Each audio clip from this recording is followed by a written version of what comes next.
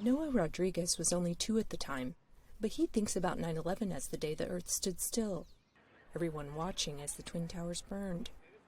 And that was important because there's a level of humility to that. And I don't think that's going to be forgotten as much.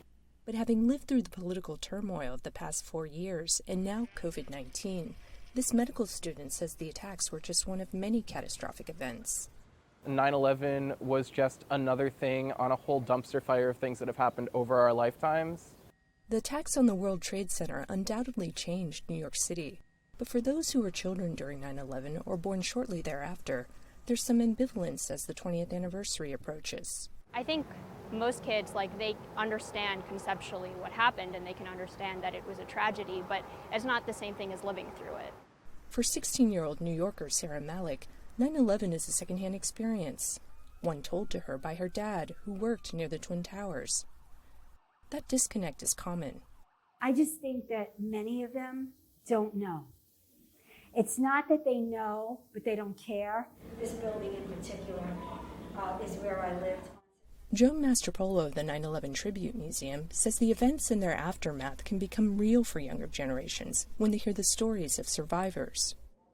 I mean, when I tell them what I saw, what I experienced, what I smelled. For 17-year-old Silvana Davi, the day is personal.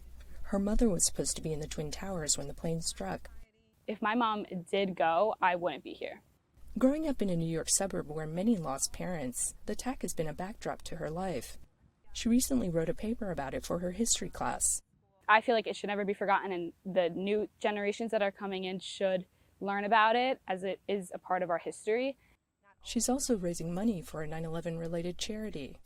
I hope it opens other people's eyes to how your life can really be taken in a second and you really appreciate every moment you have.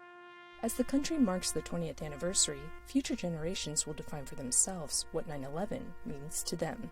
America is burning in a lot of different ways. I don't know why people have been so focused on this in the grand scheme of things. Tina Trinh, VOA News, New York.